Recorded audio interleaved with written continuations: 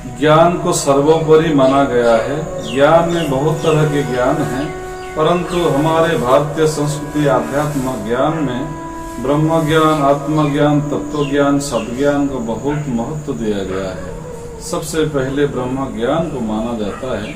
आइए, ऐसे हजारों उदाहरण हैं, लेकिन आज हम कुछ एक विषय पर चर्चा करेंगे जो आप लोगों को बहुत प्रेरणादायक होगा। सीता जी के पिता जनक ऋषि के बारे में सब लोग जानते हैं। जनक ऋषि भी थे, राज ऋषि थे, महर्षि भी थे, लेकिन उनके नाम बहुत दुनिया में प्रख्यात था।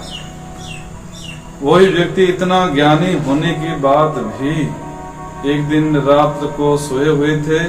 रात्रि में उनको स्वप्न में यही प्रतीत हुआ कि वो राजा तो थे ही, लेकिन वो भिखारी बन गए। भिक्षावृत्ति करने के लिए बाहर गए, घर घर में भिक्षावृत्ति करने के लिए गए। भिक्षावृत्ति से उनको कुछ भी नहीं मिला। अंतिम समय एक व्यक्ति के घर में कुछ भिक्षा मिला। उस भिक्षा में था केवल खिचड़ी। एक माता ने खिचड़ी ला करके परोस रही थी। जैसे उन्हीं के थाली में, पात्र में परोस दी, तब उन्हीं के हाथ से खिचड़ी नीचे गिर गया। जैसे नीचे गिरा, पास में एक कुत्ता बैठा हुआ था। कुत्ता दौड़ करके आया, खिचड़ी में मुंह लगा दिया, तो उनका खाने की भी वो कुछ नहीं मिला। अब भूख प्यास में तड़प रहे थे। उसी समय में उनका आंख खुल गई। जैसे आंख खुल गई, तब उनको होश में आए। उनके मन में यही प्रश्न आया, वो तो राजा तो थे, लेकिन जो स्वप्न में दिखाई दिया, प्रतीत हुआ, भिखारी बन गए थे, वो सत्य था या मिथ्या? तब यही प्रश्न को लेकर के दूसरे दिन राज दरबार में आए और अपने राज्य पुरोहित पंडितों को बुला करके उन्होंने प्रश्न किया, यह सत्य है या वह सत्य है? क्योंकि ऋषि लोग किसी के बारे में कोई भी प्रश्न करते थे, उस प्रश्न को मन में क्या उनका सोच है, विचार है, ध्यान के माध्यम से जान लेते थे।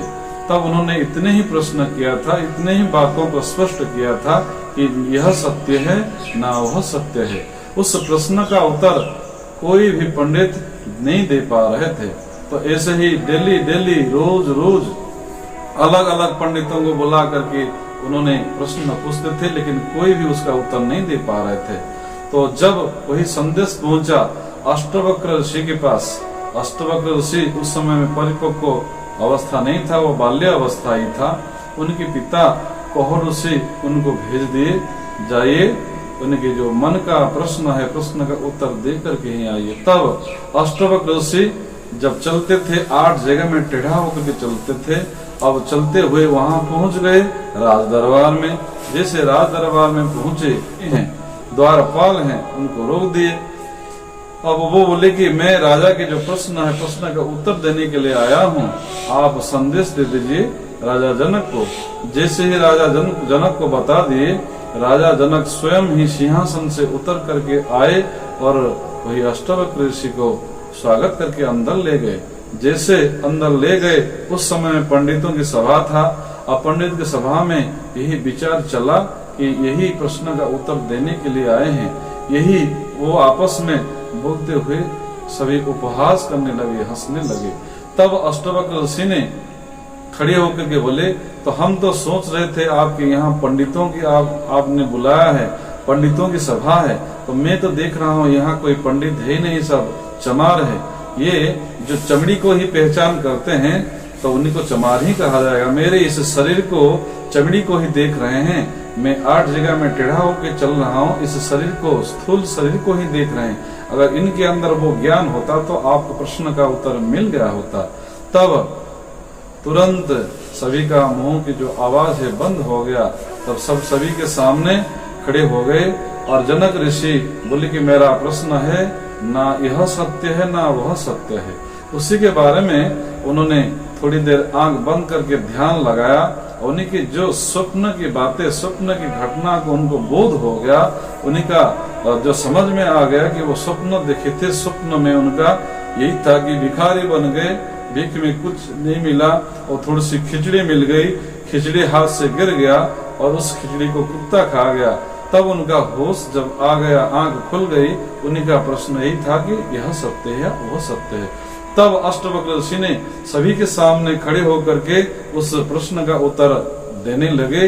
बोले कि ना यह सत्य है, ना वह सत्य है, सत्य तो केवल परमात्मा है, जो कण कण में व्यापक है, जो सनातन है, जो अजर है, जो अमर है, जो चिरंतन है, जो अविनाशी है, जो निर्गुण ब्रह्म है, वही केवल सत्य है।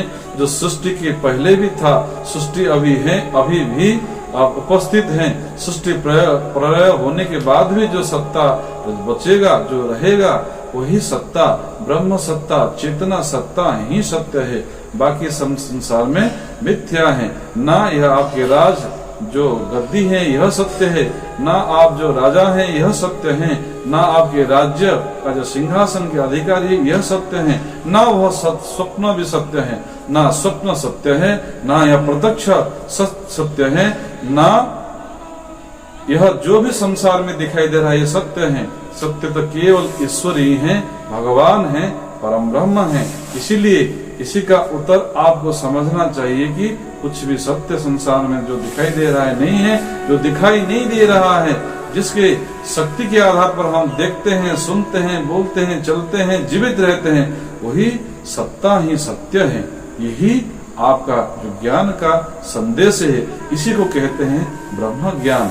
ये ज्ञान जिसके अंदर हो जाता है वो बाह्य शरीर को, सांसारिक जीवन को मिथ्या ही समझता। इसी वजह से आप लोगों ने सुना होगा कि संसार जगत मिथ्या, ईश्वर सत्य, ईश्वर सत्य, जगत मिथ्या। इस संदेश को हम सभी को हर वक्त मनन चिंतन करना चाहिए, बोध करना चाहिए, तभी आध्यात्म का लाभ हम सभी को प्राप्त हो सकता है। आइए, यह जो गुरु शिष्य की संवाद कहिए, बाद में जनक ऋषि ने अष्टवक्र ऋषि को अपने गुरु के रूप से स्वीकार किया था, उन्होंने उनसे ज्ञान प्राप्त किया था। उसी के ऊपर अगर आप कोई शास्त्र पढ़ना चाहते हैं तो अष्टवक्र गीता का अध्ययन करिए, आत्म ज्ञान के बारे में और विस्तार रूप से आपको ज्ञान प्राप्त होगा। इस वीडियो के माध्यम से ये प्रेरणा लीजिए। इसी तरह का जो आध्यात्म का डेप्थ नॉलेज आपको चाहते हैं तो इस वीडियो को आप लाइक करिए, शेयर करिए, आगे बढ़ाइए और इस चैनल को सब्सक्राइब कर दीजिए। धन्यवाद।